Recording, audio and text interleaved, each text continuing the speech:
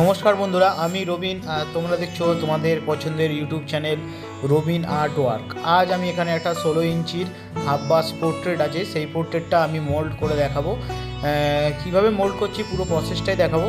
আমি এই মোল্ডটাকে করার আগে মাটি দিয়ে দুভাগ করে নিয়েছি, ফার্স্ট পার্ট এবং সেকেন্ড পার্ট। তা আমি এখানে ফার্স্ট পার্টে প্রথমে যে প্লাস্টারটা ইউজ করেছি সেই প্লাস্টার হচ্ছে না তাজ, হোয়াইট তাজ, 160 টাকা দাম এবং এর মধ্যে 20 কেজি থাকে।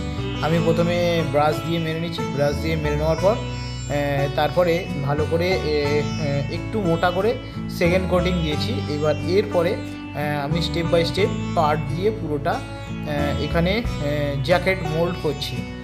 এবং এই পার্ট দেওয়ার পর ছোট্ট একটা লাঠি দিয়ে আমি এটা সাপোর্টের মতো করছি এবং তার পিছনের দিকে পার্টটা, সেই পার্টটা কীভাবে করি সেটাও দেখতে থাকো এবং আমার সঙ্গে থাকো।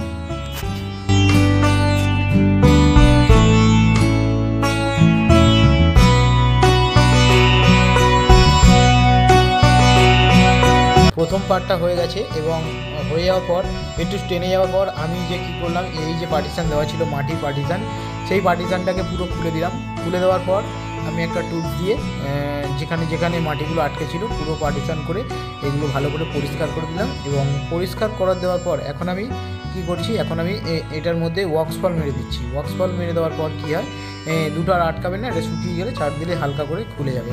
তা এটা হয়ে গেছে। হয়ে যাওয়ার পর আমি প্রথমে আবার সেই প্লাস্টার দিয়ে আমি হালকা করে এখানে মেরে নেব।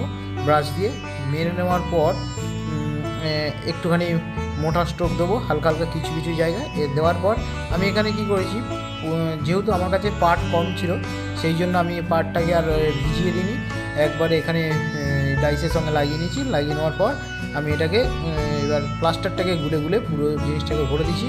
দেওয়ার পর এখানে আবার একটা ছোট্ট লাঠি দিয়ে পিছন দিকটা সাপোর্ট দিয়ে দিয়েছি। তো এইভাবেই আমি আমার এই প্লাস্টার অফ প্যারিসের ডাইসটা কমপ্লিট করেছি। এবং খুলে যাওয়ার পর কীরকম লাগে আমার সঙ্গে থাকো এবং পুরোটা দেখতে থাকো, দেখলেই বুঝতে পারবে আমি কীরকমভাবে খুললাম।